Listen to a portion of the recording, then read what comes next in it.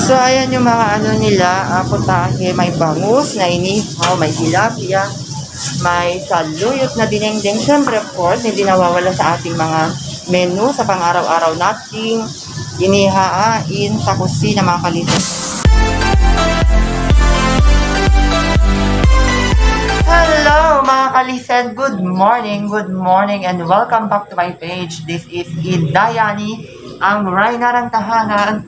So ngayong araw ng linggo ay mamamalengke ulit kami, kasama ko si Bukang Liway. So ayan si Kuya Hod, ayan nag-oorasyon na sana magkaroon ng pagkakaisa ng mga taga-kalisen. Samahan nyo kaming mamamalengke dahil tanghali na. So, punta na tayo. Let's go, Pandango. Let's go.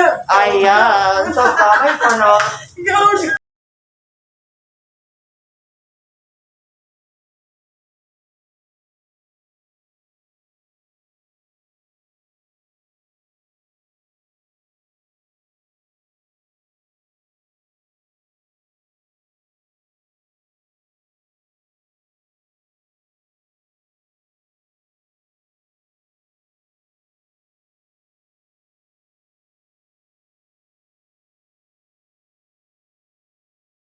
Ako pa rin si Kalisan Bukang Liway.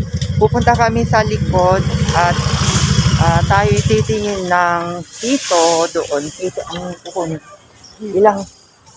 Kukuha kami ng ilang kilo yung kukunin. 10 kilo yung kasi magpapakain si Kalisan Liway doon sa bahay nila. So ayan mga Kalisan. Walang atang 160 lang ata. 120 at saka 40 lang kalagi. Pinagawa ka din na doon. Preskong presko din. Magkano isang kilo mo ate? 120. 120. So magkano yung... May 1 kilo, itag mo. Akala. Ayan. Nagkulit namin ito. Kasi magpagato nila kasi.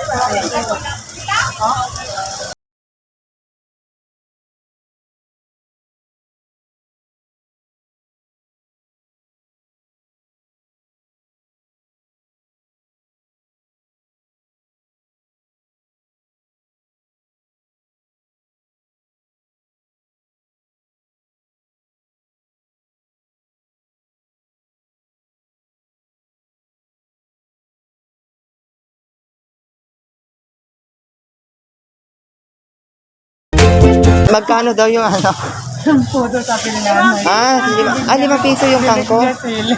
Akala niya yung sili. So ayan si Mother, mga Kalisen. Ang akala niya talbos ng sili yung bibilhin namin. So ayan. Kung gusto niyo bumili sa kanya, mga Kalisen, puntahan niyo lang dito.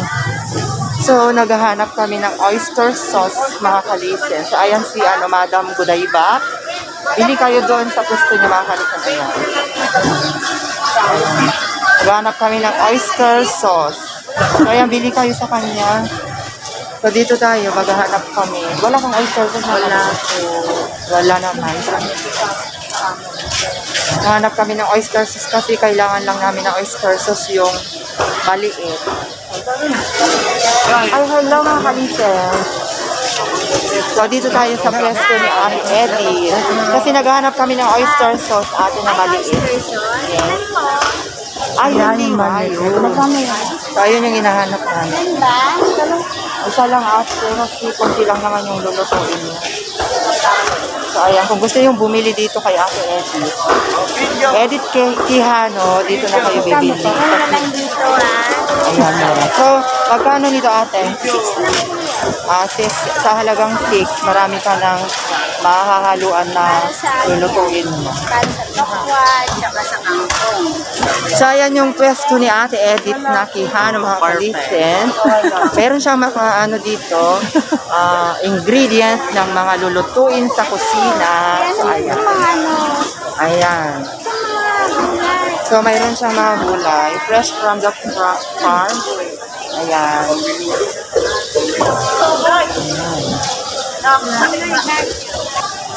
Tsaka dito mga Kalisen, meron siyang mga pangrekado. Ayan. Ayan si Bossing. Nakasalukuyang busy sa pag-aayos ng kanilang mga paninda. So So, puntahan nyo na lang dito sa Victoria Public Market. Mga kalisan, bibili kami ng pansit dito sa pwesto ng Jural Mall. Ayan. So, bibili tayo ng pansit dito mga kalisan dahil gusto ko yung pansit nila dito. So, ayan yung mga paninda nila mga kalisan. So, 20 pesos yung pansit nila. So, dalawang order po na ng tatlo 20 for take out. Ay, gano'n na lang. Langkot na lang. Kung gusto yung bumili dito, mga kalisan, bili na kayo dito sa may Jural Mall. Dito. Salamat! Salamat! Ayan si nanay, oh. Nanay Muning. Si Nanay Muning. So, ayan. Ito yung pwesto niya, mga kalisan. Ayan. Ayan. Jural Mall. So, ayan na ako dito. So, ayan yung mga ano nila, putahe, may bangus na inihaw, may tilapia, may saluyot na dinengdeng. Siyempre, of course, hindi nawawala sa ating mga menu sa pang-araw-araw natin. Inihain sa kusina, mga kalisan. So, ayan mga iba't ibang luto ng karne. So, ayan na bayad ko. Kuya na yun. Salamat sa advertise na. Thank you po.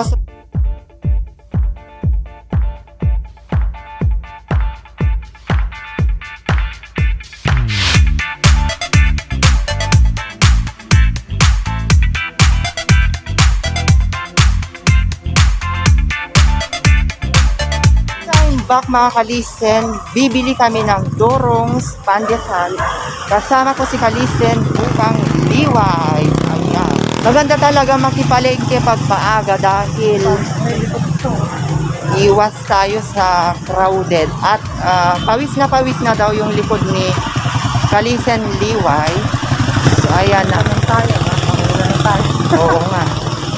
Burong sulong kami pareho ni Kalisen liway. So, asisi mga kalisan, andito kami sa, andito kami sa, the highway.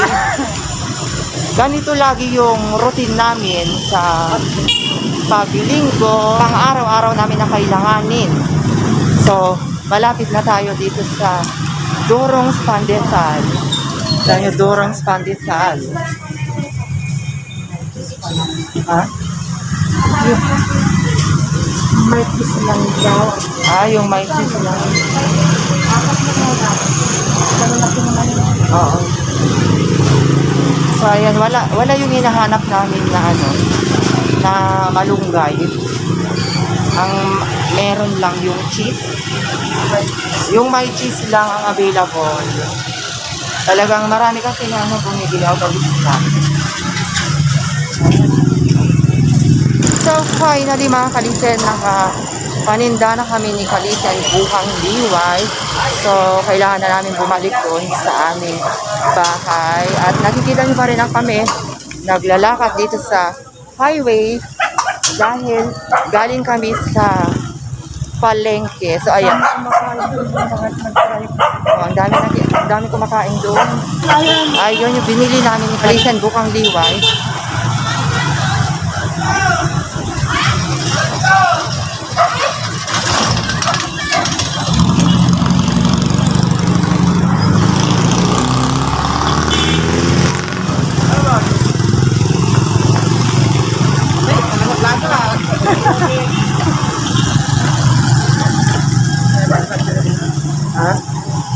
Ayan si Ate Ena. So, ayan si Madam Marilyn dito sa may J-High Canteen. May vaccine ako, anti-rabies. Ay, may vaccine. Anti-rabies? Bakit anti-rabies? Bakit anti-rabies? So, ayan mga kalisen, kita nyo dyan ang hililis ng harapan ng kanilang pwesto dito sa may J-High Canteen. So, ayan si Madam Marilyn Modina mga kalisen. So, kung gusto nyo mag-dine-in dito, paulit-ulit kong sinasabi sa inyo mga kalisen, sana puntahan nyo na dito sa National Highway, dito sa may Victoria Tarlac. So, nilinis sila kasi malago na yung mga halaman dyan. So, sinaraduhan talaga ako. Sinaraduhan ako.